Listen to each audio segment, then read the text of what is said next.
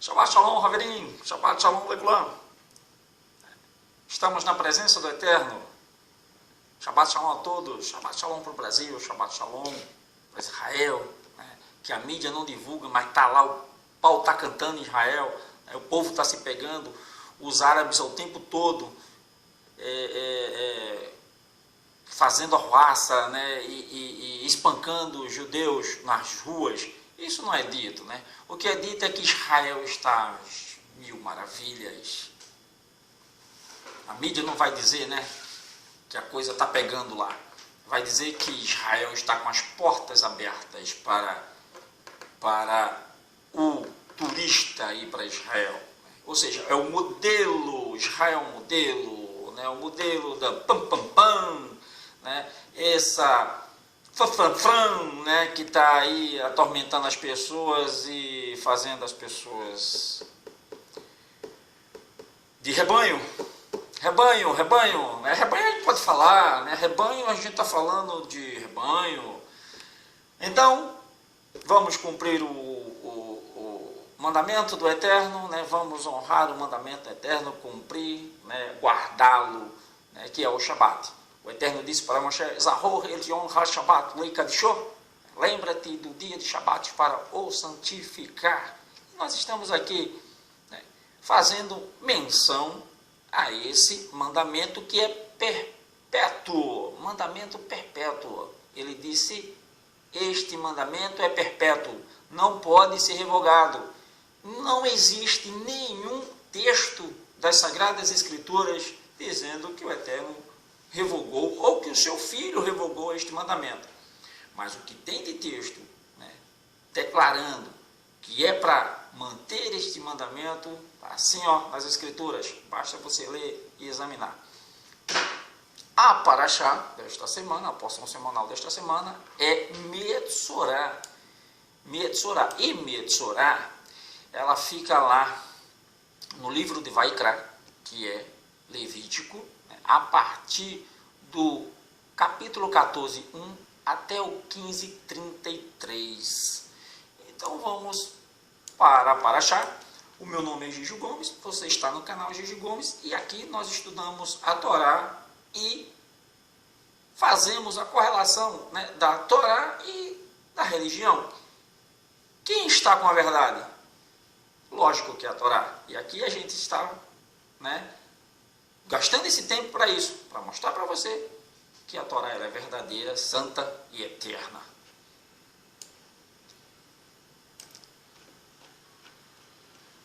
Metzorá. O que é Metzorá?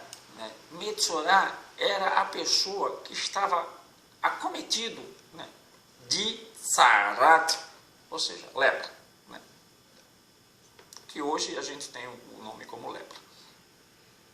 O remédio secreto. Um mascate judeu em Eretz Israel caminhava penosamente de uma aldeia a outra, vendendo seus produtos.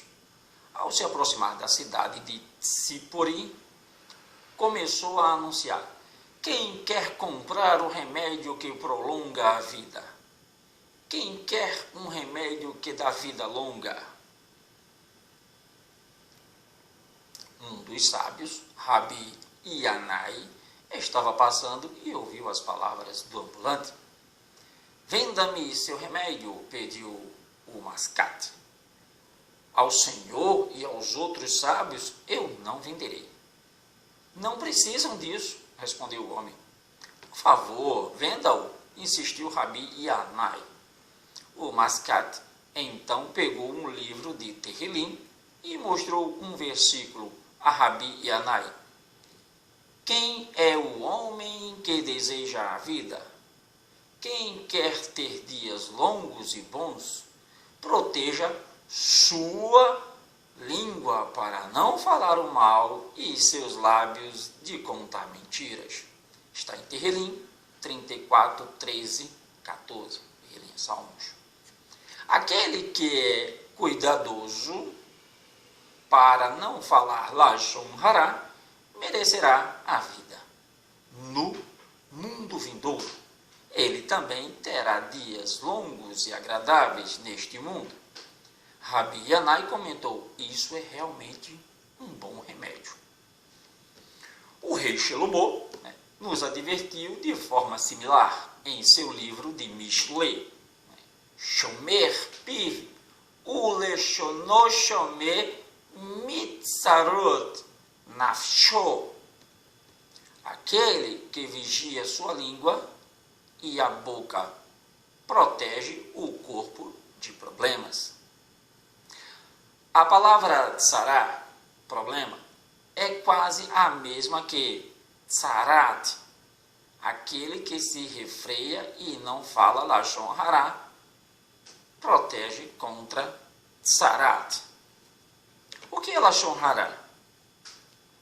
É uma observação negativa verdadeira sobre outra pessoa.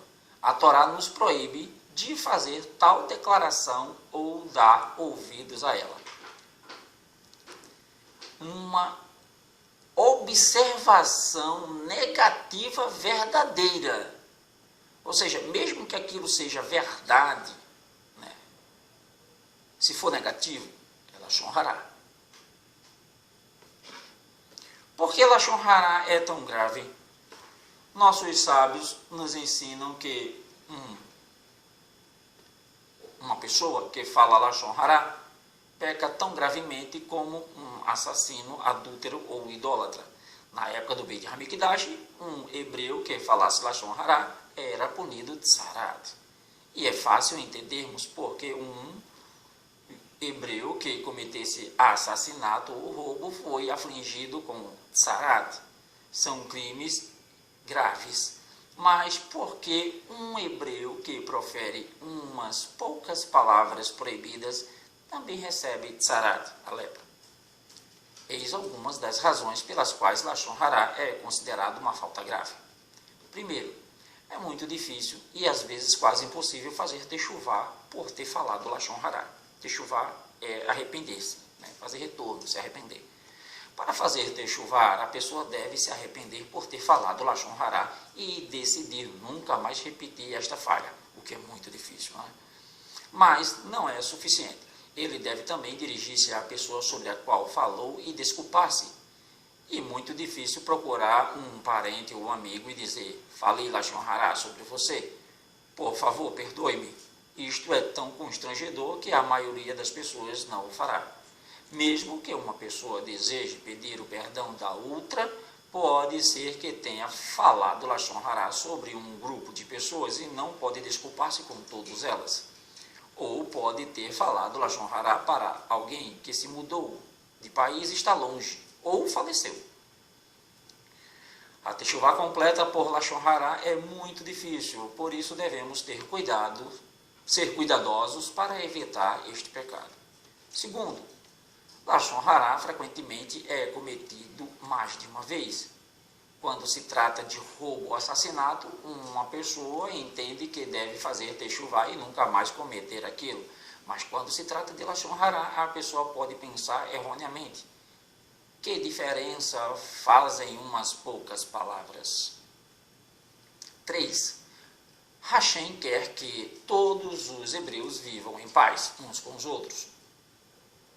Lembrando, gente, que quando eu falo Hashem, eu estou me dirigindo ao Eterno, porque Hashem significa o nome, o único nome, o nome eterno. Tá? Hashem, Adonai, e por aí vai. É o Eterno, a gente não usa as palavras pagãs romanas aqui. Tá? Então, 3. Hashem quer que todos os hebreus, ou todas as pessoas, vivam em paz uns com os outros. A Lashon Hará causa ressentimento e brigas entre o ouvinte e aquele de quem se falou. Muitas vezes um hebreu se recusa a ser amigo de outro, apenas porque certa vez ouviu algo de negativo sobre ele. Isso acontece muito, às vezes a pessoa está conversando com outra, aí a outra diz assim, oxe, e tu gosta daquela pessoa? Não, eu não tenho nada a ver. Não, mas aquela pessoa não sei o que, aí começa a Lashon Hará, começa a falar da pessoa. Aí você diz, bom, ela pode ser ruim para você, mas para mim ela não é. Então ela nunca me fez mal nenhum. Então não é ruim para mim. Eu não vou né, assim, ressentimento dele só porque ele foi ruim para você ou teve alguma falha com você. Comigo ele nunca fez nada. Tem os casos, tá? Ahmed Sorá, doente com sarate, era obrigado a sair do acampamento e ficar isolado, pois foi ele quem causou o rompimento de amizades. Mesmo fora do acampamento, ninguém tinha permissão de aproximar-se dele. Ficava separado da família, amigos e vizinhos. Primeiro ponto. Existe um texto nos escritos Nazareno, no Novo Testamento, que Yeshua, ele está em Betânia, né? Assim, com tradução errada, que a Igreja Católica adotou, o nome da cidade é Beit Ani, né? Beit, cidade, Beit, casa, Ani, pobreza. Yeshua estava ali na casa de Simão, o leproso. Como é que ele estava dentro da casa de Simão, o leproso, dentro da cidade? Se Simão era leproso, aí já tem um erro de lei levítica, né? De instrução do Eterno. Ele não podia estar dentro da cidade. Então nós vimos que tem um erro aí. Outra, como é que Yeshua estava sentado à mesa, comemorando a Páscoa, e não curou o cara? Curou e Marcos passou batido nisso aí? Se eu não me engano, está em Marcos 9. Então, existem erros realmente, porque os gregos, quando traduziram, né, eles não entendiam das instruções levíticas. E aí acharam que, por Yeshua ser o curandeiro, né, o Simão era leproso. As palavras são parecidas no hebraico, né, e aí leproso e oleiro, eles são palavras parecidas, e aí eles confundiram. Ou seja, Simão, ele não era leproso, ele era oleiro. E a cidade de Beit Ani era onde residiam os oleiros. Era uma cidade pobre. Não existe oleiro rico. Jamais você vai encontrar um oleiro rico. Geralmente eles são pobres. A não ser que o cara tenha isso como hobby. Mas se ele vive daquilo, já dificilmente ele vai ser rico. Então, está aí, né, uma forma da gente entender o Novo Testamento estudando o Velho, porque você só entende o Novo se você examinar o Velho. Aí você vai encontrar vários erros no Novo, porque a Igreja Católica fez a maior lambança, né, no Novo Testamento. E agora a Igreja Evangélica está fazendo no Velho também, né? Devemos usar nossa língua para a finalidade correta. De todas as criaturas que Hashem criou, apenas seres humanos podem falar. Embora animais se comuniquem de alguma forma, não usam palavras. O dom da palavra é um presente de Hashem à humanidade. Por isso, Hashem nos ordenou manter nossa língua para usá-la para palavras de Torá e Hesed, bondade. Instruções da Torá, né? Instruções, que é Torá, instruções de Hesed, instruções de bondade. Pela maneira que nos expressamos, pode-se perceber que tipo de pessoa somos. O Talmud relata, tá, isso aqui é Talmud, tá? Vamos ver o que é que o Talmud diz. A seguinte história. Dois estudantes sentavam-se perante Hillel e discutiam uma Mishnah, passagem talmúdica. Um deles perguntou, por que uvas devem ser colhidas em recipientes puros, ao passo que azeitonas podem ser cortadas em vasilhas impuras? Ele então explicou a resposta da Mishnah.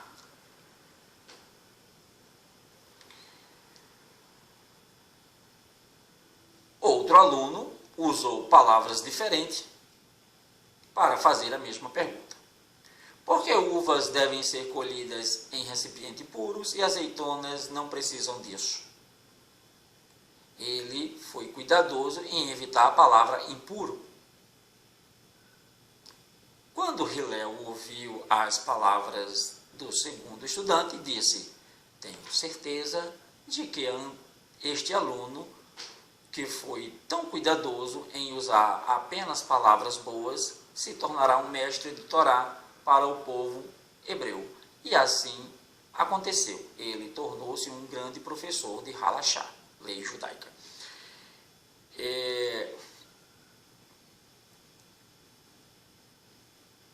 Vamos continuar.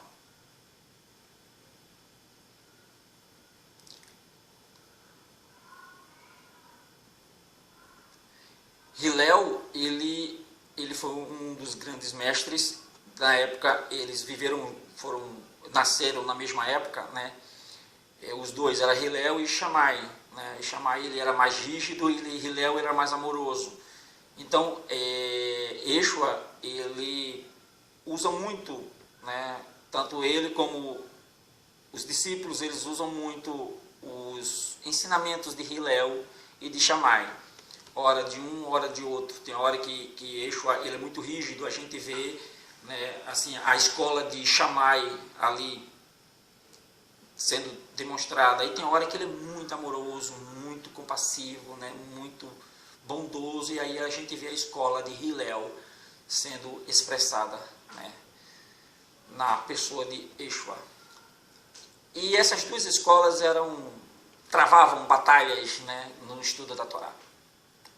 A outra história a respeito de 3 Kohanim, que comentavam entre si o tamanho da porção de Lechem Rapanim, né, o pão sagrado da proposição, que ficava exposto sobre o Shulchan, né, que o Shulchan é o altar da proposição, que havia recebido. Disse o primeiro: recebi uma porção pequena como uma ervilha. O segundo declarou: recebi um quesait, um pedaço do tamanho de uma azeitona. O terceiro falou: recebi um pedaço do tamanho da cauda de um lagarto. Olha só a expressão do cara. Este último exemplo não era uma comparação correta. Não era apropriada comparar uma porção do sagrado Lechem Rapanim, né, o pão da proposição, à cauda de um lagarto, um animal impuro. Quando os sábios ouviram essa declaração, verificaram a árvore genealógica do Kohen, descobriram que havia nascido de um casamento proibido para os Kohanim, que lhe foi mais permitido servir no Beit HaMikdash. Não lhe foi mais permitido. Né? Desses relatos, né, aprendemos quão importante é usar uma língua pura, refinada e não vulgar, principalmente quando a gente for falar, né, da Torá, das coisas do Eterno. Como combater os impulsos, né, da Lashon Hara? Uma pessoa se confronta diariamente com ocasiões para falar Lashon Hara. Dentre todos os membros e órgãos, a língua é o que se move com menos dificuldade e mais rapidez. Consequentemente, Lashon Hara é um dos pecados cometidos com mais frequência. A língua foi criada com a habilidade de mover-se mais rápido que os outros órgãos, como uma concessão especial a Hashem, que em sua bondade capacitou as pessoas a falarem centenas de palavras por minuto, a fim de assegurar que possam receber a maior recompensa possível. Além disso, os efeitos da palavra falada não são tangíveis, como são os efeitos de uma transgressão cometida através de uma ação. Portanto, tendemos a tratar essas ofensas mais levianamente do que outras proibições da Torá. A punição de Tzarat não existe mais, né? E sua ameaça não nos impede de falar maledicências, como na época do Beit HaMikdash. Como podemos então nos fortalecer contra a tentação do Lashon Hara, né? O Midrash nos oferece diversas ideias que servem como conselhos valiosos. Nossos sábios ensinam que cada palavra que deixa a boca da pessoa é contabilizada no céu.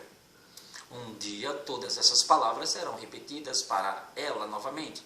A pessoa deve se conscientizar que a palavra, uma vez proferida, não evapora no ar sem deixar traços, e que não precisam ser levada a sério. Pelo contrário, cada palavra proferida deixa marcas eternas que não podem ser apagadas. 2. A pessoa deve levar em conta a posição especial que o Todo-Poderoso conferiu à língua. Hashem repreendeu a língua. Ó língua locais e trapaceira, porque fica perambulando constantemente, apesar de eu a ter colocado numa posição diferente de todos os outros órgãos e membros do corpo humano. Eu coloquei os outros membros numa posição vertical ou diagonal, ao passo que você fica na horizontal, na boca, em posição de repouso, para indicar que a posição natural é a de repouso, não deve ficar em movimento constante. E, além disso, disse o Todo-Poderoso à língua, eu a aprisionei, envolvia em duas barreiras, para advertir seu dono que não a perca, um muro interno de dentes e uma barreira externa de carne, os lábios que a confinam. Com quantas barricadas mais eu tenho que bloqueá-la para que se refreie de falar o mal? Refletir sobre a função e tarefa especial confiada a cada órgão nos encoraja a utilizar apenas para o bem, como é a intenção do Criador. A língua nos foi concedida com o propósito de falar palavras de Torá, orações para o bem de nossos semelhantes. Rabi Shimon Bar Yochai declarou, se eu tivesse presente em Matan Torá, teria pedido ao Todo-Poderoso que desse a cada ser humano mais uma boca. Matan Torá é a criação, né? Na escrita da Torá. Que servisse somente ao propósito de estudar Torá, pois não é apropriado que a boca que se empenha na elevada ocupação de falar palavras de Torá também seja usada para comer e discutir assuntos de negócio. Pensando melhor, contudo mudou de opinião. Isso não seria bom. Decidiu. As pessoas têm uma única boca e falam tanto Lashon Hará. O que aconteceria se tivessem duas? Né? Porque o dedo humano cabe exatamente no orifício da orelha. Foi criado assim, pois se alguém escutar palavras que não deveria, como fofocas ou conversas vãs, pode inserir o dedo no ouvido e recusar-se a ouvir. E porque Hashem criou o lóbulo da orelha macio, né, para fazer o resto do tecido da orelha cartilaginoso. O lóbulo é constituído de uma textura flexível para o bem de quem está exposto a maledicência. Ele deve dobrá-lo para cima para cobrir o pavilhão do ouvido, trancando para fora todo o Lashon Hará. O poder da língua está ilustrado pela seguinte parábola. Essa é legal. Certa vez um rei persa caiu doente e, como resultado, perdeu peso e enfraqueceu. Há apenas uma única cura que podemos sugerir, aconselharam os médicos, que se fortaleça, recupere o vigor e restaure suas forças. Você deve beber o leite de uma leoa. Se puder obter e beber esse leite, garantimos que seu estado melhorará rapidamente. Quem sabe como obter leite de uma leoa? O rei despachou mensageiros e dinheiro ao rei Salomão, a Jerusalém, que era mundialmente conhecido por sua sabedoria, a fim de implorar-lhe que achasse uma maneira de se obter tal leite. Salomão encarregou seu conselheiro Benayahu ben Iohaiada de tal tarefa.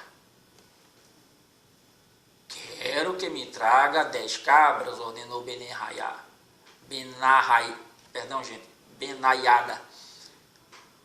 Benayahu. Então enviou um dos servos de Salomão à floresta para procurar o covil. O servo entrou na densa floresta e finalmente descobriu um covil onde uma leoa estava amamentando as crias. Benayahu ordenou ao servo que lhe mostrasse o caminho e acompanhou-o levando a cabra junto. Permanecendo em uma distância segura do covil, Benaiarro jogou a cabra para dentro e esta foi imediatamente devorada pela leoa. No dia seguinte, Benaiarro aventurou-se, aproximando-se mais alguns passos e atirando outra cabra. Repetiu este procedimento diariamente, aproximando-se progressivamente do covil até que a leoa estivesse acostumada à sua presença. Após algum tempo, esta permitiu ser tocada sem machucá-lo. Ela abandonou qualquer temor ou suspeita, assim Benaiarro pôde ordenhá-la. Tão logo Xelomô recebeu o leite, mandou seu servo levá-lo ao rei persa. Enquanto o mensageiro avançava pela estrada, seus membros começaram a discutir sobre qual deles mereciam os louros pela proeza de obter o leite da leoa. Gente, eu vou contar essa história e você vai lembrar de uma passagem de Shaul Hachalia, de Paulo, discípulo de Yeshua. Ele fala sobre a função dos membros dentro da comunidade, de Yeshua, a comunidade que Yeshua criou, estabeleceu, fundou, e aí ele diz que nós somos como os membros do corpo humano, e que nenhum é melhor do que o outro, um depende do outro, ninguém é melhor do que ninguém. Vocês lembram dessa passagem? E vocês já sabem agora de onde Paulo tira esses ensinamentos, da escola de Shammai e Hillel e da Torá. Isso são tradições que eram passadas de geração em geração. Então, nem tudo que Paulo fala é coisa que a religião diz, Espírito Santo. Foi o Espírito Santo que inspirou. Não, isso é escola, isso é prática, isso são tradições passadas, isso é estudo, isso é psicologia. Tá? Lembre-se, que antes de Paulo viveram filósofos excelentes, filósofos e médicos excelentes, que ele, próprio Paulo, extraiu muito conhecimento desses homens. Um deles é Maimônides, e por aí vai. Hipócrates, Sócrates e por aí vai. Então vamos lá.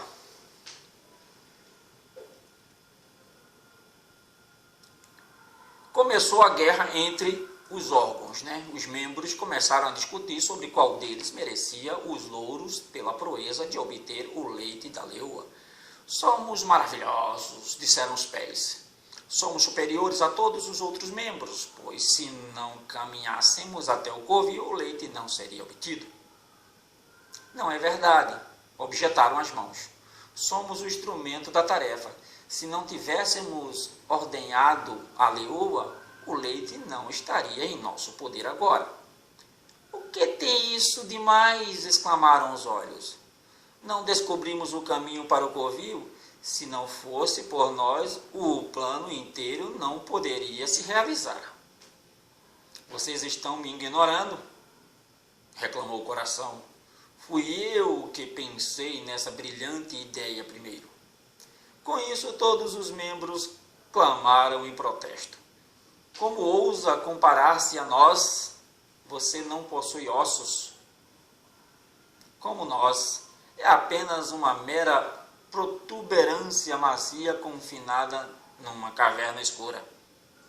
Insultada, a língua retrucou. Esperem só e verão como sou mestre de todos vocês. O mensageiro chegou ao palácio do rei persa e correu até o trono. Mostrou o leite e quis repetir a mensagem do rei Xelomô. Mas em vez disso, as palavras que saíram de sua boca foram: Eis que vos apresento, ó majestade, o leite da cadela que pediste. Cadela? O rei achou que fora ridicularizado e, num rompante de ira, ordenou que o mensageiro fosse enforcado. Imediatamente, o coitado foi levado ao cadafalso. Todos os seus membros tremiam. Estão vendo agora que, comparados a mim, vocês não valem nada? A língua disse, declarou a língua triunfante. Admitimos, gritaram todos os órgãos em uníssono. Como é? Em uníssono. Você comanda a vida e a morte. A língua ficou satisfeita. Tenho uma importante mensagem para o rei, gritou. Por favor, leve-me a ele por um momento. Os soldados ouviram e conduziram-o novamente ao rei. Por que devo ser executado? Perguntou o mensageiro. Você me trouxe leite de cadela? Gritou o rei. Asseguro a vossa majestade, disse o mensageiro, que este leite o curará. Minhas palavras foram apenas um ato falho da língua, pois no idioma de meu país utiliza-se a mesma palavra para leão e cachorro. O rei acreditou nele, bebeu o leite e recuperou-se. Consequentemente, perdoou o prisioneiro. A história acima nos foi ensinada pelos sábios para incutir-nos a verdade das palavras de Salomão, que está lá em Mishlei 18, 21. A morte e a vida estão nas mãos da língua.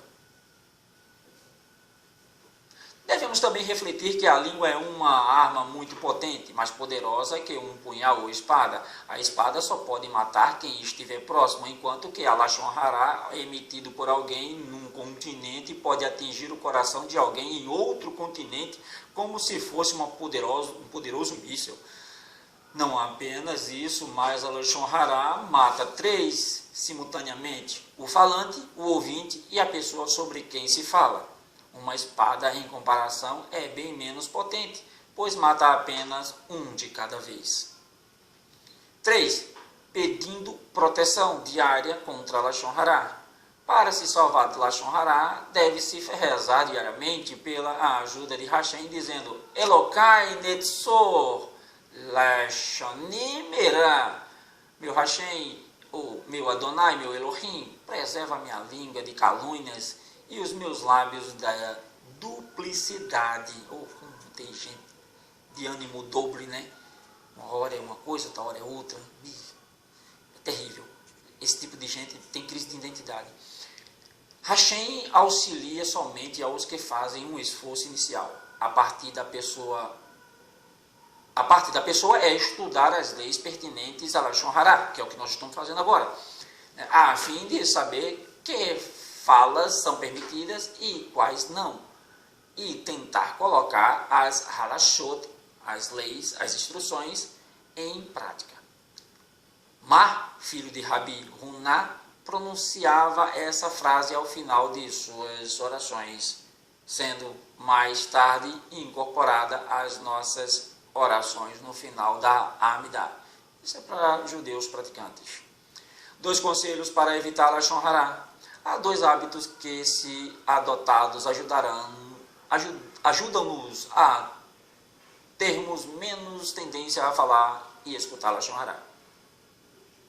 Se for capaz de estudar Torá, deve fazê-lo. O estudante de Torá evita Lashon Hara de 2 maneiras. Geralmente, Lashon Hara é falada por pessoas que sentem-se ociosas e têm necessidade de algum tópico interessante para diverti-las do aborrecimento e tédio da rotina diária, né? Os fofoqueiros, né? Vamos falar da vida dos outros, Saboreiam qualquer novidade sensacional, mesmo às custas de alguém. Quem está ocupado com o estudo de Torá descobre que sua mente está absorvida com a emoção, vibração, constante novidade da experiência. Não tem apenas alimento para a mente, mas desejará partilhar seu estudo de Torá com os outros. Consequentemente, sua conversa girará em torno de tópicos de Torá, sem necessidade de falar dos outros. Nossos sábios também fornecem um guia sobre como uma pessoa sem estudos pode reduzir a tendência ao Lashon Hara. Deve ser humilde. O prazer obtido maldizendo os outros, analisando-o psicologicamente, é a sensação de superioridade assim obtida. degradando os outros, a pessoa tem em sua mente a gratificação de ser simpática, uma pessoa melhor que as outras, né? Estou falando dos outros, estou sendo simpática, estou chamando atenção. Em seu coração, parabeniza-se por não ser culpado pelos vícios ou ofensas alheios. Olha, eu estou falando dele, eu sou melhor do que ele. Por isso que Yeshua disse assim, tira a trave do teu olho primeiro. Lashon Hará, caramba. Yeshua estava ensinando a Torá, estava ensinando os mandamentos da Torá. E como é que você quer chamar a Torá de Velho Testamento? Nunca foi velho. A igreja que tornou ele velho porque não quer cumprir, quer que você continue no erro, não quer que você cumpra o mandamento. Eu já disse, tira a trave do teu olho, para tu não falar Lashon Hará, né? Olha primeiro para dentro de tu, para tu poder falar do outro. Estava ensinando a Torá, né? O que a igreja chama de velho. Nunca vai ser velha. Pode passar o céu e a terra, mas a Torá não passa. Pode-se tirar, né, tudo, mas nem um Yud, nem um Kodesh será tirado da Torá.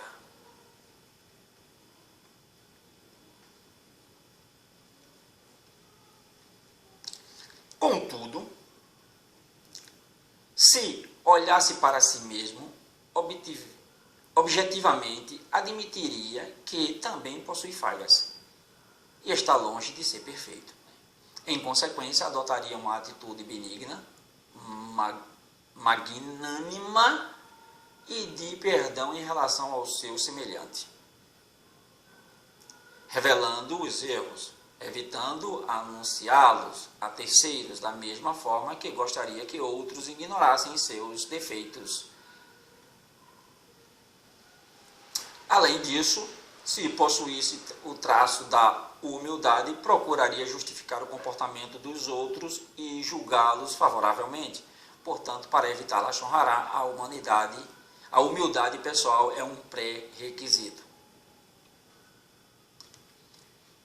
Aí vem como o Metzorá torna-se impuro, né? Como já explicamos, uma das razões principais, a causa era Tzarat e era Lashon Hará. Mas era quando ele cometia pecados, né? Quando ele cometia pecados, aí ele se tornava um Metzorá, acometido de Tzarat. E aí vem as instruções de como esse pecado seria perdoado, né? Tinha que ter, tinha que ter duas aves, né? Um graveto, um cedro, um esove, eram usados para purificar a Metzorá. Então, por que esses objetos, né? Porque a Torá nos ordenou usar aves para purificar a Metzorá. Hashem assim está lhe dizendo, você agiu como um pássaro.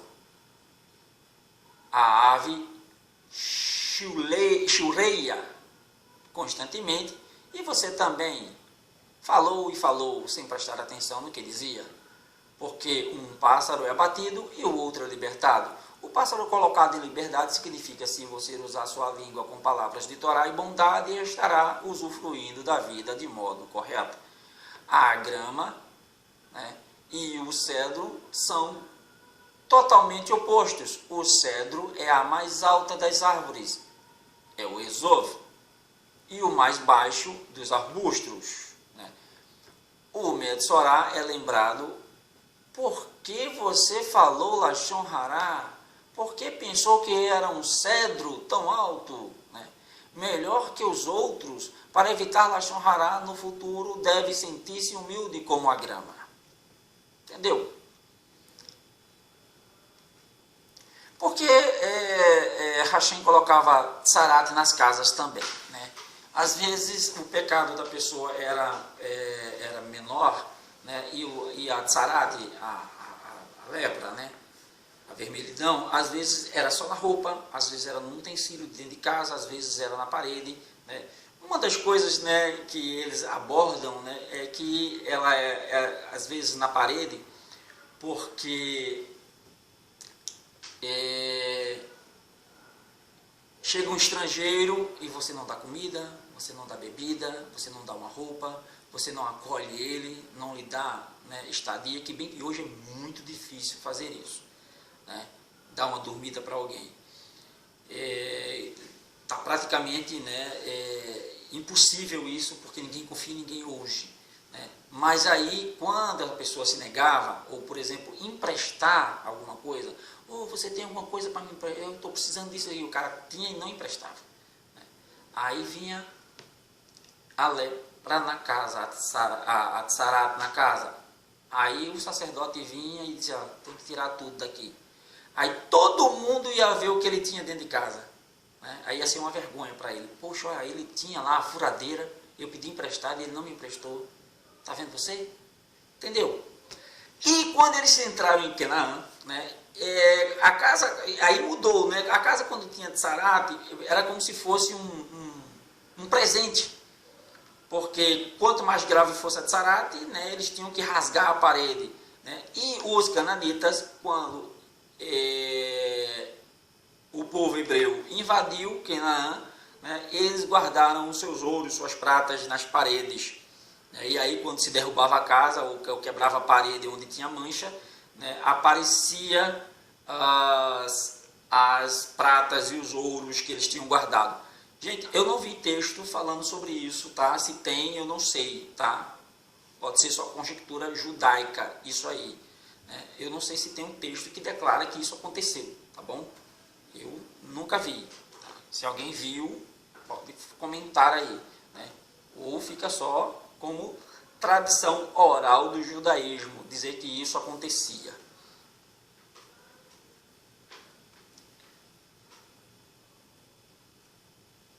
Aí vem a tumá, certo? A gente tem 20 minutos para falar da tumá. Era a impureza e sua aplicação, né, atualmente, né? No final desta paraxá, a Torá discute a halachot, né, as leis pertinentes a alguém que está temer impuro, como resultado de certas condições físicas. Hashem declarou, as instruções concernentes a este assunto me agradam muito. Isto fica evidente pelo fato de que a Torá não as condensa, mas pelo contrário, devota extensos capítulos aos vários tipos de tumá. As leis de pureza e impureza são requeridas ao Todo-Poderoso, pois atestam o caráter especial sagrado de um povo. Se os mesmos sintomas aparecerem no não-hebreu, de acordo com a Torá, isto não é denigre. Exige-se de nossa nação, em meio à qual paira a Shekhinah, que mantenha o mais elevado nível de Kedushá, santidade. Na prática, a maioria das instruções de Tumá e Tahará não se aplicam hoje em dia, pois após a destruição do templo, faltam-nos os meios necessários para a purificação. Certo? O que era a Tumá, né, e a Tahará? Todavia, preste atenção aqui quando ele fala, né, que o grau de santidade do povo de Israel tinha que ser maior, muito maior. E aí Yeshua diz assim, olha, a justiça de vocês tem que ser melhor, muito mais alta, né? Tem que se sobressair muito mais do que a deles. Entendam isso. Vocês têm que praticar uma justiça muito mais alta, né, do que a deles. Tem que prevalecer, a justiça de vocês tem que prevalecer sobre a deles. Né. Quando eles vierem com a justiça deles, a de vocês tem que ser mais rígida, mais pura. Era isso que Yeshua disse. Vocês têm que ser santos. Falando de separação, não, a comunidade continua, as pessoas continuam interagindo, né, mas com santidade, com separação, não se misturando nas suas picuinhas lá, né, nos seus pecadinhos. Todavia, as leis de Nidut vigoram atualmente, né, e o cumprimento das mesmas é vital para a contínua existência de Bnei Israel como uma nação sagrada. O termo Nidut denota afastamento, segregação. Uma mulher se torna nidá através da menstruação, ao dar à luz ou sangramento uterino. Ela se torna assim, TMA, ritualmente impura. Precisa contar 7 dias limpos e imergir num mikveh, a fim de tornar-se pura. O marido deve separar-se de sua esposa enquanto ela se encontra em estados de nidá. Está em Vaikra, né, Levítico 18, 19. Gente, eu não vou me alongar aqui, a gente vai comentar agora, porque ele vai falar de sangramentos do homem, né, e da mulher. Né. Os sangramentos de homem, né, também pode ser o sêmen. Ele explica aqui que também pode ser o sêmen. Tá? Né. E aí tem os tipos de doenças que o homem tem, né, que é os corrimentos de homem, e tem os corrimentos de mulheres. Então, lembrem-se da passagem de Raquel, né, quando ela esconde os ídolos do pai. Né, Labão, no hebraico Lavão. Né, e aí, como é que ela escapa, né, para que ele, né, veja que isso foi muito antes da Torá ser entregue. Ou seja, existem lá as leis de Noé, né, de Noé, que eram estabelecidas, que Abraão já, né, ele praticava essas halachot. Né? E aí, o que Yaakov diz? Você pode olhar tudo, com quem tiver esses ídolos, né, que morra. Você pode pegar e que ele morra. Porque Yaakov foi dizer isso, né? Jacó. E aí ele olha tudo, quando chega na filha, o que é que a filha diz? Pai, eu estou nos dias. Aí Lavanda, opa, se eu tocar nela, ou tocar nas coisas que ela... Porque aí fala de tudo. Você for ler o texto, né, o capítulo 15, né, de Vaikra, né, ele vai falar até onde a pessoa senta fica impuro. Até para as leis daquela época. Né? Então, o pai de Raquel, diz, não, fica aí no teu lugar. Né? Tu está nos dias, então tu está impura, então o lugar que tu está sentado está impuro também. E os ídolos estavam embaixo dela. E aí ela escapou por conta disso.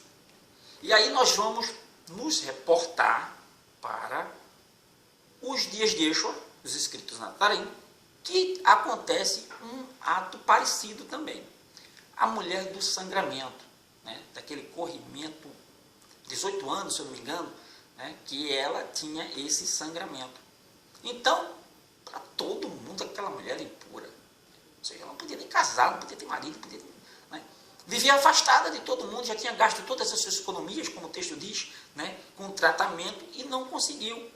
18 anos, né, que ela vivia naquela situação, se eu não me engano, não sei se é 18, porque tem, não sei se eu estou confundindo o tempo com a mulher encurvada, parece que a mulher encurvada é que era 18 anos, não lembro quantos anos, né, a mulher do fluxo de sangue, ela estava com aquilo, acho que era 10, não sei, 18, não lembro, né, eu sei que era muito tempo e ela já tinha gasto todas as economias. E aí, ela está ali com muito medo, né, um manto sobre a cabeça para ninguém reconhecê-la, porque se alguém reconhecesse, o que é que você está fazendo aqui no meio de todo mundo e mais perto do mestre? Eu tinha o dizer. E aí ela se esconde, né, de uma forma, mas na fé dela, ela diz assim, né, pela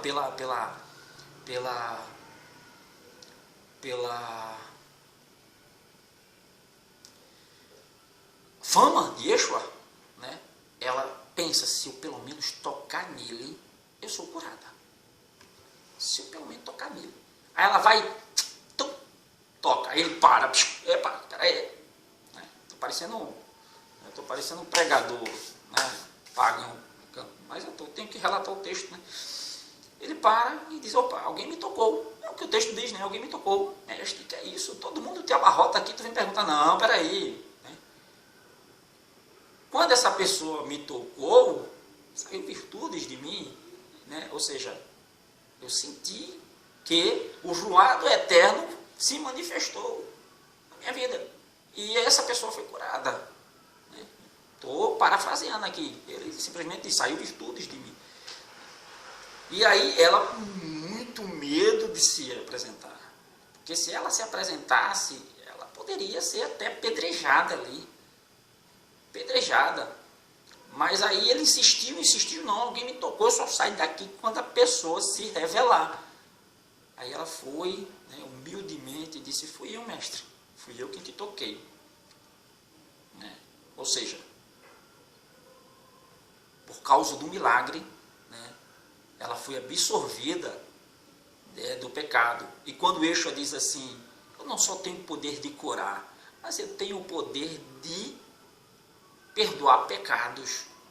Não é que Yeshua perdoaria, é porque o que ele ensinava, os mandamentos que ele ensinava, se você cumprisse os mandamentos, as mitzvot, você seria perdoado, porque isso é techuvá, é arrependimento. Ele estava ali para fazer o povo se arrepender. Então, por isso que ele disse assim, eu tenho o poder de perdoar pecados, porque eu sou a Torá e eu ensino as pessoas a se arrepender. E aí ela se arrepende, né, de se esconder, né, e toca ele, é curada, né, a fé dela, né, a salvou também, né, tem que se dizer isso, a fé dela salvou e a curou por acreditar no mandamento, por acreditar que ele era a palavra, que ele era o caminho, por acreditar na promessa. Mas veja que ela estava com muito medo de se revelar. Porque se ela se revelasse ali, não, eu sou uma mulher do fluxo de sangue. O que é que você está fazendo aqui no meio da gente? Opa, mas como ela estava curada, né? Aí ele diz, vai filha, tua fé te salvou, te curou e te salvou. Brilhante esse homem, brilhante. O homem que, arruado eterno, habitou como em nenhum outro homem. Yeshua HaMashiach, o nosso Salvador. Baruch Hashem. Baruch Hashem pelo seu cordeiro, pelo seu profeta, por ter nos dado uma nova chance. Yeshua nos deu uma nova chance. Vamos terminar a Parashá, né? Já temos 50 minutos aí, só tem um tempinho aqui para terminar, porque tem que ser por 1 hora. Vamos recitar Berikat Kohanim e terminar a Parashá. Yevarechecha Adonai veishmirecha, yair Adonai panavelecha, vihuneka itzah Adonai panavelecha veyatzelecha shalom. Gente, isso aqui não é macumba não, tá? Eu estou falando hebraico, é a Berikat Kohanim, a bênção sacerdotal, tá? Não vai pensar que eu estou soltando maldição para vocês, não. E a Berikat Kohanim não serve para mim, só serve para vocês, né? Quando eu falo, eu estou liberando bênção para as outras pessoas. Isso não quer dizer que a bênção vem de mim, não. A bênção vem do Eterno. Mas quando as palavras são pronunciadas, o Eterno, né, lança sua bênção sobre as pessoas que a ouvem. Né? Então, não pense que não tem mediador nenhum aqui, não. É um homem falando, né, tentando cumprir mandamentos. Só isso. Vedetut et haimet, vehaimet techaher et her. E conhecereis a verdade, e a verdade vos libertará. E se assim o Eterno nos permitir, Emitzei Hashem, estaremos aqui na próxima semana com mais uma Parashá. Eu sou o Juju Gomes e eu estou aqui para compartilhar as boas novas e a Torá do Eterno. Obrigado por sua companhia. Se gostou, compartilha, dá like, faz o que tu quiser aí, critica, né?